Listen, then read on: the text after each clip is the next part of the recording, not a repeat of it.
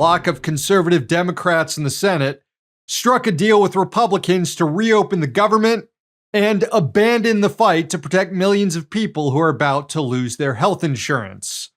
On Monday night, in a 60-40 vote, the Senate approved of a Republican funding measure to end the government shutdown. The House is expected to return to session tomorrow to pass the legislation, which funds the government through January, but does not include any of the priorities Democrats claim they were fighting for during the shutdown.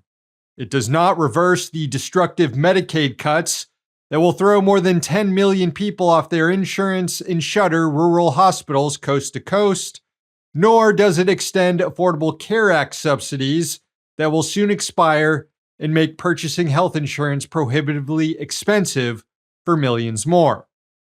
All Democrats got for their capitulation was the promise from Republicans of a future vote to extend the ACA subsidies, a vote that is all but guaranteed to fail since Republicans hold the majority in the Senate, and even if it passes the Senate, it won't even be considered in Speaker Mike Johnson's House of Representatives.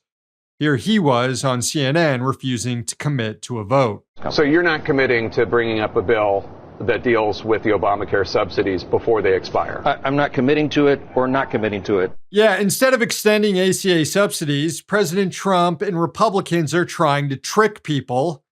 The president floated the idea of using some of the money the government spends to subsidize ACA health insurance premiums directly to Americans instead. In a Truth Social post, the president claimed, quote, "I am recommending to Senate Republicans that the hundreds of billions of dollars currently being sent to money-sucking insurance companies in order to save the bad health care provided by Obamacare be sent directly to the people so that they can purchase their own, much better health care." Interesting idea. But who would those people be purchasing that health care from? Oh, right, insurance companies. In the absence of a single-payer healthcare system, which Trump does not support, insurance companies are the gatekeepers to medical care.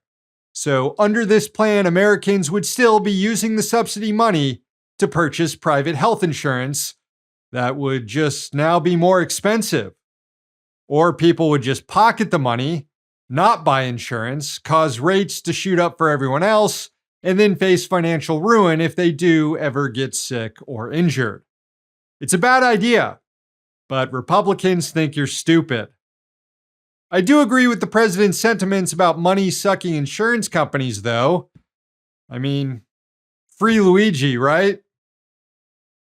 Anyway, what makes this fold by Democrats so egregious is that polls had shown that more voters were blaming President Trump and Republicans for the shutdown.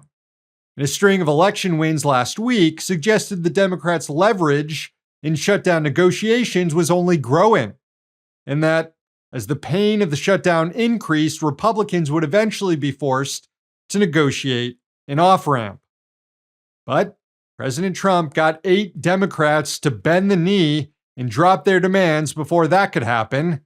The Coward Caucus includes Senators Catherine Cortez Masto, Angus King, and John Fetterman, who had been voting with Republicans since the onset of the shutdown.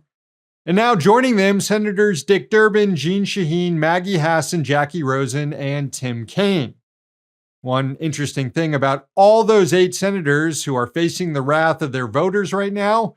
Hey, thanks for watching. Hit the subscribe button so you don't miss any of our new videos. Also, if you want to see Means Morning News in its complete form, not just the clips we post here, head on over to Means TV and get access to all our new episodes and our entire backlog, plus tons of other great movies and original TV shows.